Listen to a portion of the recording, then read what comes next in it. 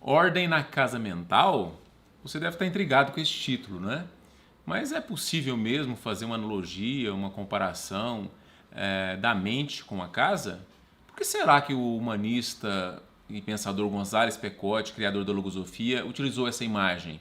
E por que é necessário manter ordem em ambas as casas? Recentemente, eu fiz duas perguntas a várias pessoas amigas. Primeira, você aceitaria que um estranho entrasse na sua casa e ali permanecesse por tempo indeterminado, utilizando todas as suas coisas como se fosse o dono da casa? E a segunda pergunta, você permitiria que um parente, ainda que próximo, viesse visitá-lo e permanecesse ali por prazo indeterminado, agindo como se fosse também a verdadeira dona da casa? A resposta nos dois casos foi não. E eu tenho certeza que você também responderia não, não é verdade? A proteção do nosso lar abrange a defesa contra possíveis e indesejáveis ataques. E normalmente para esse tipo de ataque, a nossa casa, nós utilizamos inclusive sistemas de segurança.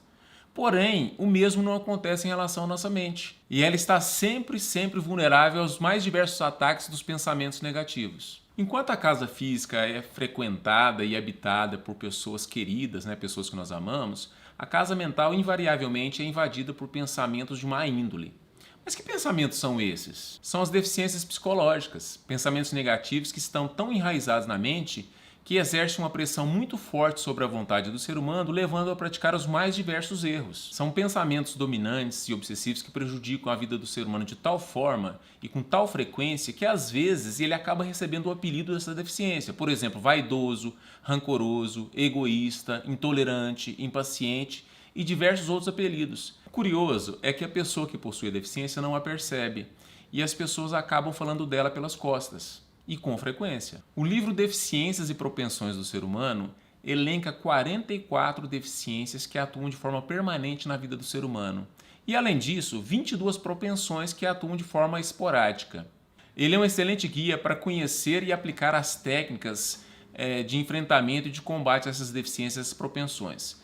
O link desse livro ficará na descrição para os interessados e deixando claro que todos os livros de logosofia podem ser baixados gratuitamente, ok? Mas afinal, o que nós temos feito para expulsar da nossa mente esses pensamentos intrusos, esses pensamentos negativos? Afinal, nós vamos conseguir expulsar esses pensamentos negativos se a nossa mente não está amparada pela consciência? Para expulsar esses invasores, o dono da casa mental deverá utilizar as antideficiências ou pensamentos soldados, assim instituídos pela logosofia como aqueles pensamentos de boa índole, que vão expulsar esses pensamentos para recolocar a ordem na casa mental.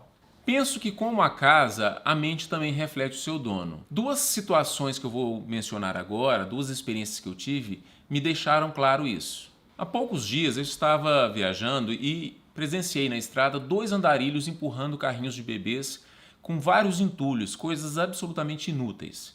Isso me fez recordar duas situações que eu já havia vivido.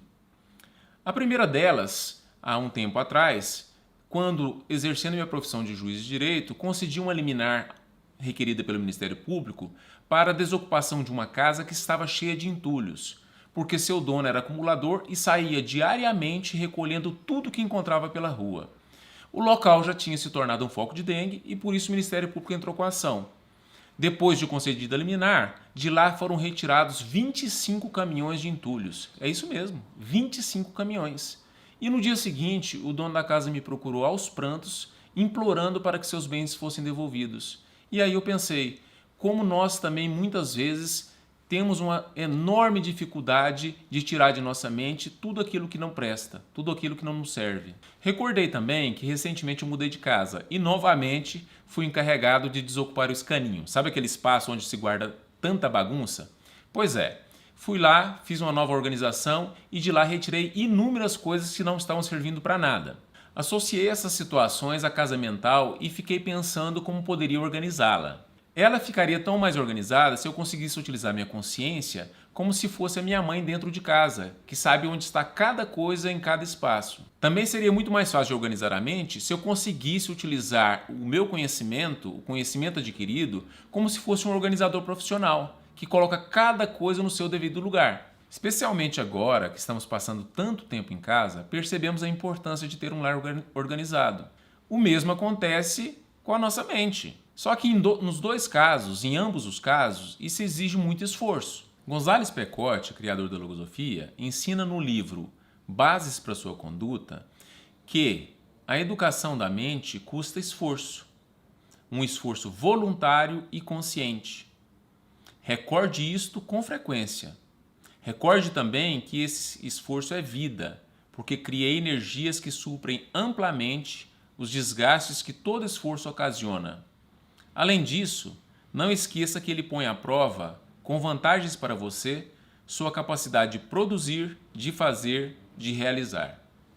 Nós podemos criar pensamentos, defesas internas, estímulos para a nossa proteção mental. Por que então temos tanta dificuldade de organizar nossa casa e também nossa mente? Por que somos tão apegados a coisas e pensamentos que estão somente entulhando nosso lar e nossa casa mental?